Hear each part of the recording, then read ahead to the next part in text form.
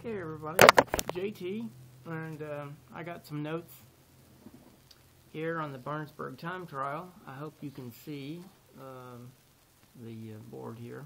I'm just experimenting with this new way to, make videos. Anyway, I want to talk about Barnesburg time trial, and I want you to bear with me here for a few minutes. I'm going to draw a graph, but don't run away, and I want you to think about it real good.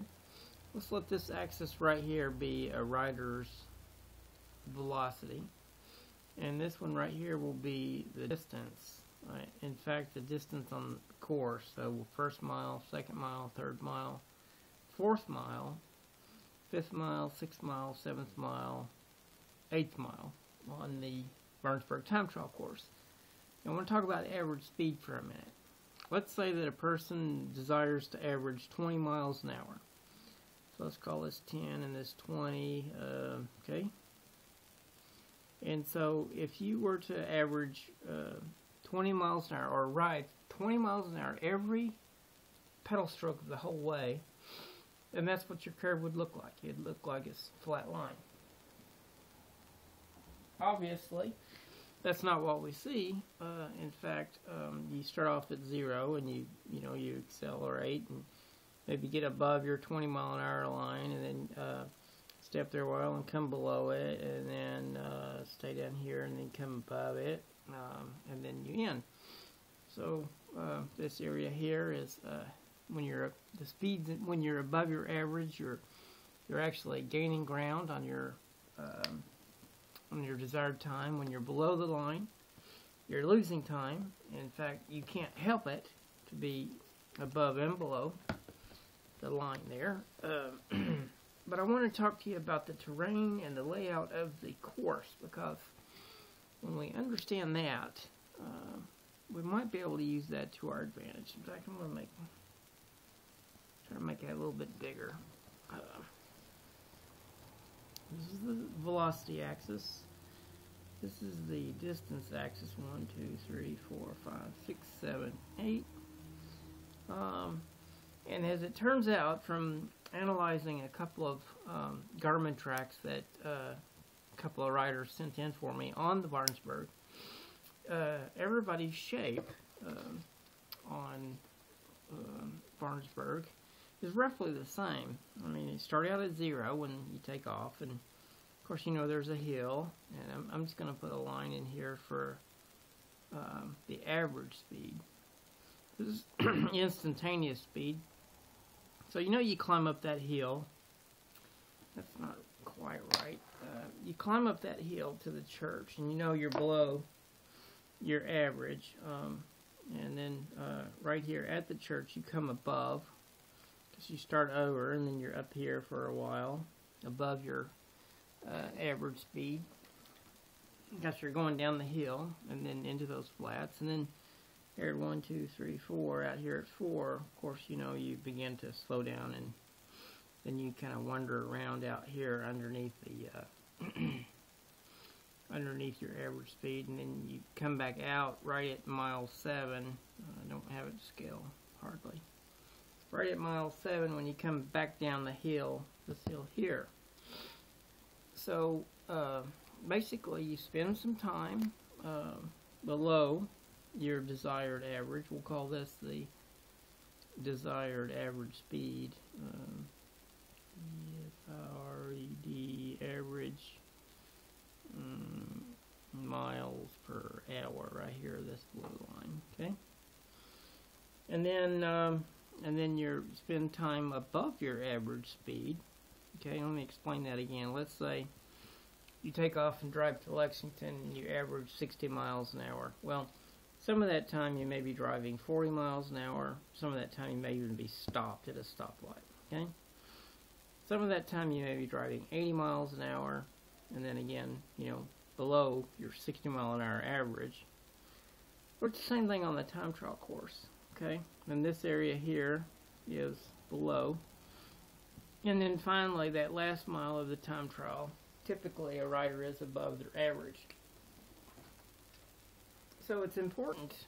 What's important to us here is consumers of the Barnesburg time trial series is that this is pretty much the shape for everybody. Now the curve may be adjusted up, a little bit higher overall, or maybe a little bit lower overall, depending on, you know, your strength and abilities as a time trial bicyclist. But the turning points here, this point right here, these critical points, okay? Right there, right there, right there, okay?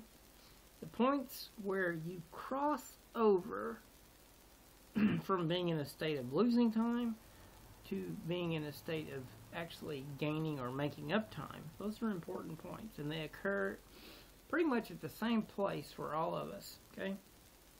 Now, through some analysis and calculus and various other mathematical tools, I've been able to dig those points out.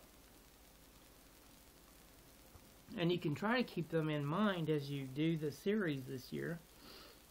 In general, on average, this first critical point occurs at 0.9 miles. Now, that's up there approaching Barnesburg Church, okay? So all of this area from the start to right up at Barnesburg Church is a losing proposition. In other words, your speeds are going to be below the average speed that you've chosen for yourself, okay? You hit the church, you go over the hill, you go into that flat ground, you know, down in that little bottom there, and you're well above your projected average speed, okay? So you really want to kind of make it up in here, all the way to this critical point right here, where you go back below. Now this is in general, this is smoothed out. There may be a, you know, a point or two where you dip below in that area, but in general, this point here occurs, according to the math, it occurs at mile 4.61. Now we all know that you have to climb that big hill out there at the turnaround, okay? Make the turn, and then accelerate back up. But the regressions and the mathematics and the averages between the riders put that point out there at 4.61. You can think of it being maybe more like 3.9. Think of that being about 3.9 miles, you know, right before the turn. But you make the turn, and then for the next while, this critical point right here, in fact, let's go ahead and talk about it. This critical point right here occurs at 6.79. Let's call it 6.8. And that's pretty accurate, it seems to me. So from mile, let's call it 4. From mile 4 to mile 6.9, you're going to be back into a deficit. In other words, you're going to be averaging or riding at speeds that are below your desired average speed.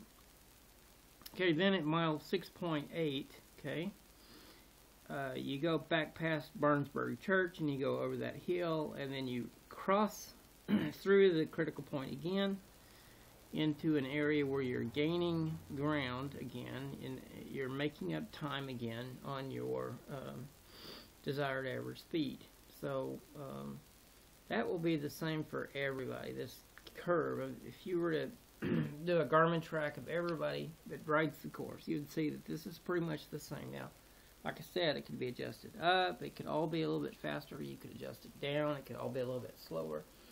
But in general, that's how the Barnesburg course is digested by every rider, you know, without incident. Now, I can't think if there's anything, any other interesting things here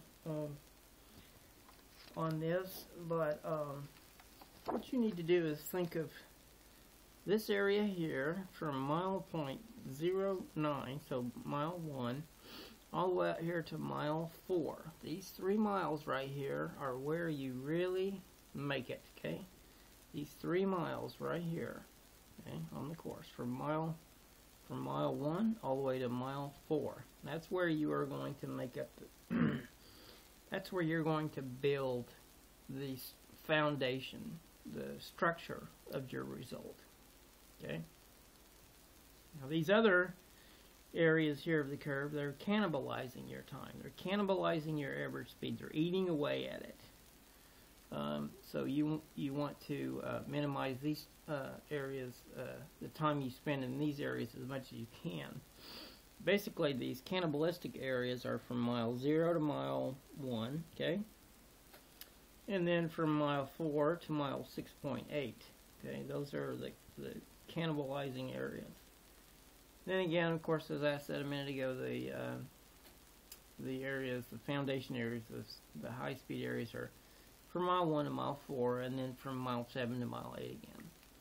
Now, I'll be available before the time trial.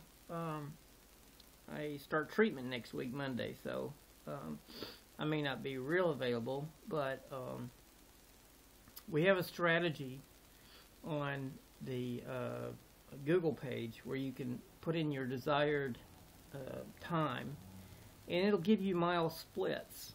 It'll give you 8 1-mile assignments, and that is based on the terrain, so you can use that. And I'll make sure that it's in good shape and good repair, and that the math inside the spreadsheet hasn't been modified or anything like that. Anyway, good luck on Tuesday, and we'll talk to you later.